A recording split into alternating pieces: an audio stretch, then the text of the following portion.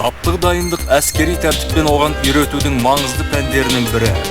Ол жауынгерлерге саптық тұрысты, оқыптылықты, жинақылықты, тәртіптілікті, бөлімше құрамында жекеленген саптық тәсілдер мен үйлесімді қимылдарды дереу және тез арада орындауды дағдыландыруға бағытталған.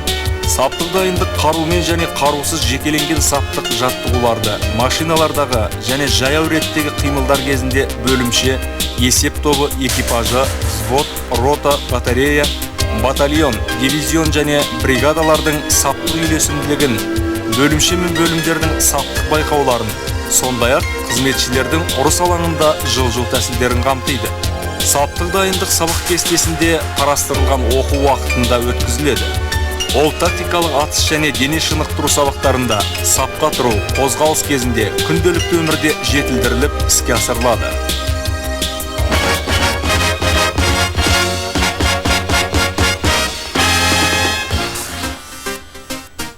Саптау. Саптық тұрыс саптал немесе тік тұр пәрмені бойынша қабылданады.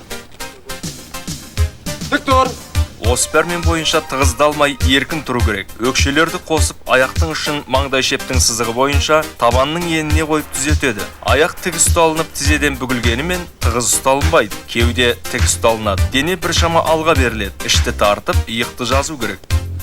Қол саусақтармен алақанды ішке қарататта бүйір мен жамбастың ортасында болатындай етіп ұстап, ал саусақтарды жартылай бүгіп жамбасқа тиіп тұратындай жағдайда төмен қарай жібереді. Басты жоғары және тік, иекті алға шығармай ұстайды. Өзінің алдына тура қарап, шұғыл әрекет жасауға дайын болу керек. Орындағы саптық тұрыс пәрменсіз де қабылданады. Бұйрық берілгенде және қабылданғанда, баяндау кезінде, Қазақстан Республикасының мемлекеттік әнұран орындалғанда, әскери сәлемдесу кезінде, сондай-ақ пәрмендер берілгенде қабылданады. Еркін тұр. Пәрмен бойынша оң немесе сол аяқтың тізелерін бос ұстап, орыннан кетпей, назарды әлсіретпей және сөйлеспей еркін тұру керек. Жинақтау. Пәрмен бойынша саптағы өз орнын тастап кетпей, қаруын, киімдерін және жабдықтарын түзеу керек. Қажет болған жағдайда саптан шығу үшін тікелей бастығынан сұрануға болады. Бас киімдерді шешу үшін Бас киімді шеш. ал кию үшін Бас киімді ки. пәрмендер беріледі. Қажет болған жағдайда жекелеген әскери қызметшілер бас киімді пәрменсіз шешеді және киеді. Шешілген бас киім күнқағармен алға қаратылып, еркін түсірілген сол қолға ұсталады.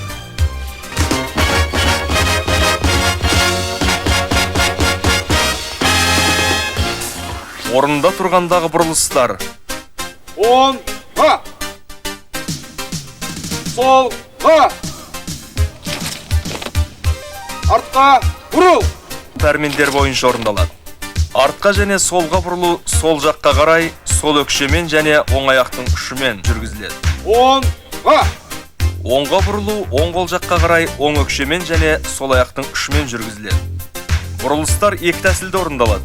Бірінші тәсіл дененің тік қалпын сақтай отырып және тізелерді бүкпей бұрылып, алдыңғы тұрған аяққа дененің салмағын салу керек. Екінші тәсіл қысқа жол арқылы екінші аяқты тез арада қою керек.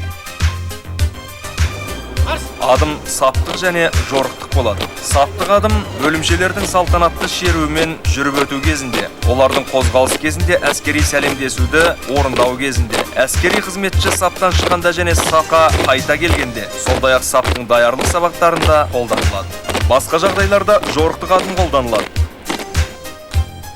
Саптық адыммен қозғалыс жасау, саппен адым бас қозғалыс кезінде Саппен адымды.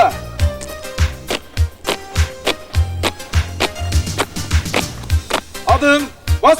ал жорықтың адыммен қозғалыс жасау адым бас пәрмені бойынша басталады. Алдын ала берілетін пәрмен бойынша дене біршама алға беріледі. Оның салмағын, орнықтылығын сақтай отырып, оң аяққа салу керек. Орындалатын пәрмен бойынша қозғалыс сол аяқтан толық адыммен басталады. Саптың адыммен қозғалыс кезінде аяқтың ұшын жерден 15-20 см жоғары көтеріп, аяқты алға созады және табанға нық қояды. Иықтан бастап қолдармен дененің айналасында қозғалыс жасау керек. Алға, оларды шынтақта денеден алақанның еніндей ұстап, белдіктен жоғары көтерілетіндей бүгіп, ал шынтақ қолдың білегінің деңгейінде болу керек. Артқа, иық буынының шегіне жеткенше, қолдың саусақтарын жартылай бүгіп, басты тік ұстап, өзінің алдына қарай қарау керек. Жорықтық адыммен қозғалыс жасау кезінде аяқтың ұшын созбай, еркін қозғап және оны жерге әдеттегі жүрістегідей қою керек. Қолмен дененің айналасында еркін қозғалыс жасау керек. Жорықтың адыммен қозғалыс жасау кезінде тік тұр пәрмені бойынша саптық адыммен көшу керек. Саптық адыммен қозғалыс жасау кезінде еркін тұр пәрмені бойынша жорықтық адыммен жүру керек. Орында тұрып адым жасауды көрсету. Орында, адым, бас! Қозғалыста орныңда пәрмені бойынша жүргізіледі. Осы пәрмен бойынша адым аяқты көтерумен және түсірумен көрсетіледі. Бұл ретте аяқты жерден 15-20 см көтеру керек және оны ұшынан бастап табанға толық қою керек. Қол адамның ырғағымен қозғалыс жасау керек.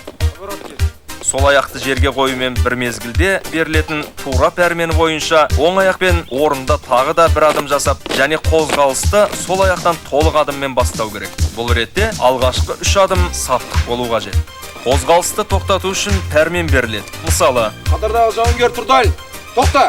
оң немесе сол аяқты жерге қоюмен бірге бір мезгілде берілетін орындалатын пәрмен бойынша тағы да бір адым жасап саптық тұрысты қабылдау керек. Қозғалыстың жылдамдығын өзгерту үшін пәрмендер беріледі. Қарышта!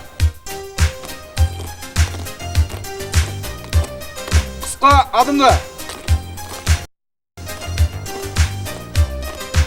Жи адымды! Жарты адым! Қалыпты адым! Жекелеген әскери қызметшілердің орнын бірнеше адымға басқа жаққа ауыстыру үшін пәрмен беріледі. Мысалы, Қатардағы жауынгер Тұрдал, оңға 2 адым, бас! осы пәрмен бойынша әр адымнан кейін аяқты ыңғайлап қоя отырып, оңға 2 адым жасау керек. Алға немесе артқа бірнеше адым орын ауыстыру үшін пәрмен беріледі. Мысалы, 2 адым, алға, бас! осы пәрмен бойынша әрбір адымнан кейін алға 2 адым жасау және аяқты қою керек. Оңға, солға және арқа орын ауыстыру кезінде қолмен қозғалыс жасалмайды. Қозғалыс кезіндегі бұрылыстар. Оңға, солға. Оңға бұрылыс жасау үшін орындалатын пәрмен жерге оң аяқты қоюмен қатар бір мезгілде беріледі. Осы пәрмен бойынша сол аяқпен бір адым жасап, сол аяқтың ұшымен бұрылу керек. Бұрылумен бір мезгілде оң аяқты алға созу және қозғалысты жаңа бағытта жалғастыру керек. Артқа бұрыл!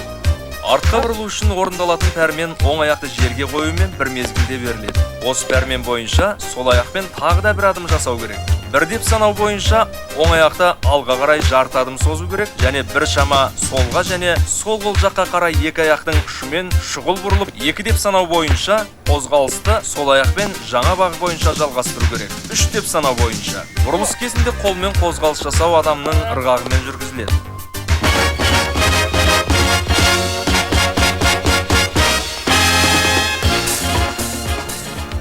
Бөлімшенің жазылма сабы бір қатарлы немесе 2 қатарлы болуы мүмкін. Бөлімшені бір қатарлы, 2 қатарлы сапқа тұрғызу Бөлімше бір қатарға саптал! пәрмені бойынша жүргізіледі. Саптың тұрысты қабылдап және пәрмен беріп, бөлімшенің командирі сапқа тұрудың маңдай шебіне қарама-қарсы тұрады. Бөлімше штатқа сәйкес командирден солға қарай сапқа тұрады. Сапқа тұру басталғанда бөлімшенің командирі саптан шығады және бөлімшенің сапқа тұруын қадағалайды. 4 және одан да аз адамнан тұратын бөлімше әр қашанда бір қатарға тұрады.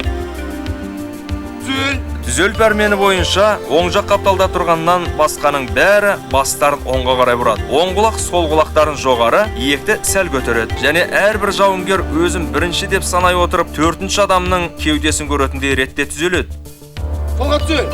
Солға түзел пәрмені бойынша сол жақ шеттегіден басқаның барлығы бастарын солға бұрады. Түзелу аяқталған соң Тік тұр! пәрмені беріледі. Бұл кезде әскери қызметшілердің барлығы бастарын жылдам тік ұстайды. Бөлімше бірінші және екіншіге санау! Пәрмені бойынша бірінші және екінші болып санау жүргізіледі. Осы пәрмен бойынша оң жақ қапталдан бастап әрбір әскери қызметші кезек бойынша жылдам оның сол жағында тұрған әскери қызметшіге қарай басын бұрып, өзінің нөмірін айтады және басын тез тік ұстайды. Сол жақ қапталдағы басын бұрмайды. Бөлімшенің өз орнында бір қатардан 2 қатарға қайтадан сапқа тұруы Бөлімше екі қатарға сапқа тұр. Пәрмені бойынша жүргізіледі. Орындалатын пәрмен бойынша екінші нөмірлер сол аяқтан бастап, оң аяғын қоймастан бірінші нөмірдің ту сыртында тұру үшін оңға бір адым жасайды және сол аяғын қояды. Бөлімшенің өз орнында екі қатарлы тығыз саптан бір қатарлы сапқа тұру үшін бөлімше алдын ала бір адымға сиреңкірейді. Содан кейін Бөлімше бір қатарға сапқа тұр. пәрмені беріледі. Орындалатын пәрмен бойынша екінші нөмірлер сол аяғымен солға қарай бір адым жасап, оң аяғын қоймастан алға бір адым жасайды және сол аяғын қойып біріншілердің сызығына шығады.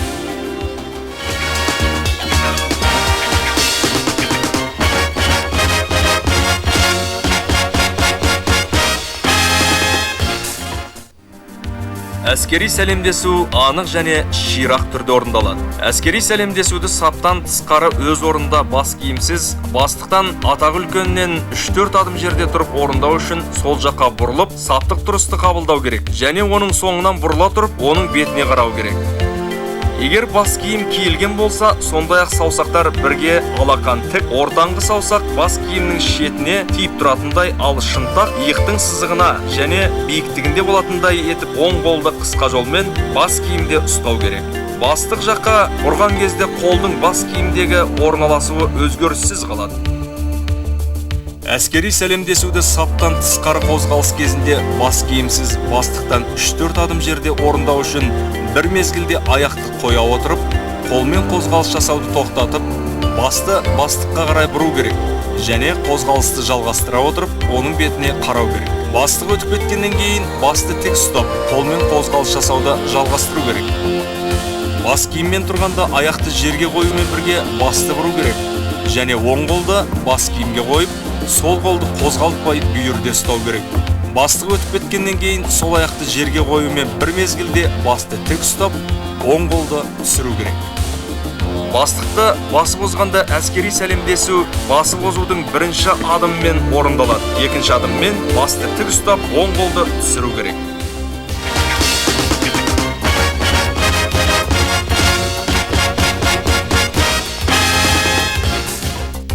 Әскери қызметші саптан шығу үшін мынадай пәрмен беріледі. Мысалы, Қатардағы жауынгер Сипников, Мен саптан 3 адым алға шық. қоп болады. әскери қызметші бірінші пәрмен бойынша саптан саптық адыммен бірінші қатардан бастап аталған адым саны бойынша шығады, тоқтайды және бетін сапқа қарап бұрылады.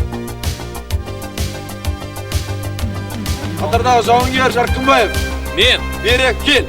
қоп болады. Пәрмен бойынша әскери қызметші бірінші қатардан тура 1-2 адым жасап, жүріп келе жатып бастық жаққа қарай бұрылады. Қысқа жолмен саптық адыммен оған келеді және 2-3 адым жетпей тоқтап, келуі жөнінде баяндайды. Қатардағы жауынгер Рақымбаев сіздің бұйрығыңыз бойынша келіп тұр. Әскери қызметші екінші қатардан шығар кезде ол сол қолын алдында тұрған әскери қызметшінің иығына ақырын салады. Ол алға бір адым және аяғын қоймастан оңға бір адым жасап, саптан шығатын әскери қызметшіні өткізіп жібереді. Одан кейін өз орнына тұрады.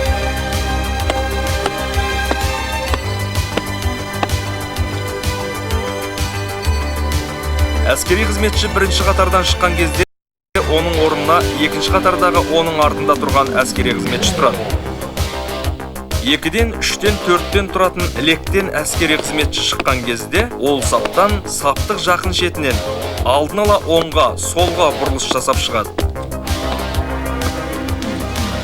Егер қасында әскери қызметші тұрса, ол оң, сол аяғымен бүйірге бір адым жасайды және сол оң аяғын артқа бір адым жасап, саптан шығатын әскери қызметшіні өткізіп жіберіп, өзінің орнына тұрады.